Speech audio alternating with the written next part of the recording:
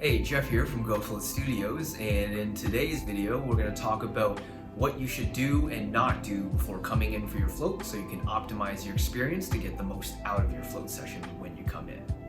So one of the first things you want to avoid doing before coming in is drinking a lot of caffeine, coffee, Red Bulls, any kind of stimulating drink before coming in, because that's just going to pump you up. And the idea of the float is that we're down regulating our bodies and our nervous system. And so 2 to 3 hours before coming in for your float session, just make sure you avoid any caffeine or stimulants. After your float, that's okay, but before coming in, you might find it a little bit disrupting if you have that before your float. If you know you're coming in for a float, you also want to avoid any shaving or waxing the day of, because if you accidentally cut yourself, you're going to feel that in the salt water when you get in the tank, and it's going to really sting. Now, we do have jelly packets for you if you need to cover any open wounds up, but generally speaking, if you do plan in to come for a float, make sure you're not doing a lot of shaving or waxing over your body that day. And you can have a bit of water before going in, but don't drink too much, because otherwise you're going to be getting up and going to the bathroom, which also reminds me you should use the bathroom before going in for your float as well, because the last thing you want to do is disrupt your float by getting in and out and taking yourself out of that flow. So yeah, make sure you are going to the bathroom before your float. Now, things that might need a little bit more consideration are things like tattoos. So if you've got a tattoo recently, you do want to wait a couple of weeks before it's completely healed up, because otherwise it is going to hurt when you get in the float tank, because your skin's kind of raw. And if you've got a lot of color in it, it could dull the colors a little bit. So you want to protect your tattoo, and you also want to save yourself a lot of pain. So if you've got a tattoo, wait a couple of weeks until it's healed up.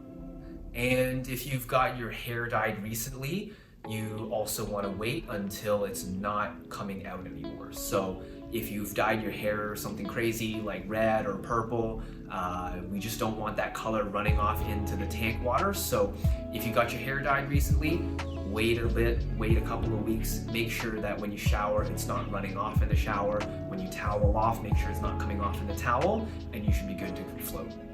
And it's okay to do a little bit of physical activity before coming in for your float as well. So some stretching, light yoga, light jogging, walking, that's all fine for your float, but you want to avoid doing any kind of really strenuous activity that's going to pump up your adrenaline and get you super amped up.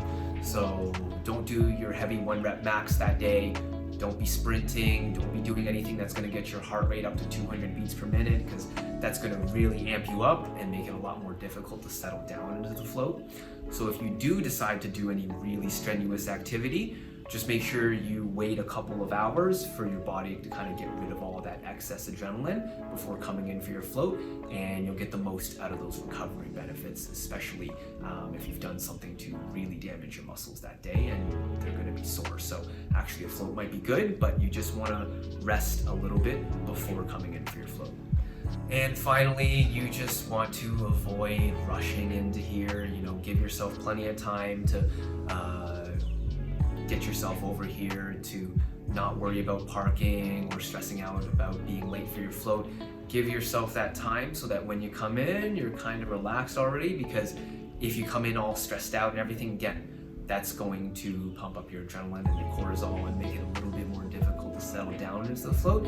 So you can kind of see a theme here, whether it's drinking coffee, not doing crazy amounts of exercise. We just don't want to pump ourselves up. So make sure that you give yourself plenty of time to come in and let yourself relax, because that's what this is all about, right? Self-care. All right, so that's pretty much all the kind of do's and don'ts before coming in for your float, the pre-float optimization tips, if you will. And in our next video, we're going to talk about what you should be doing in the float to kind of get the most out of it.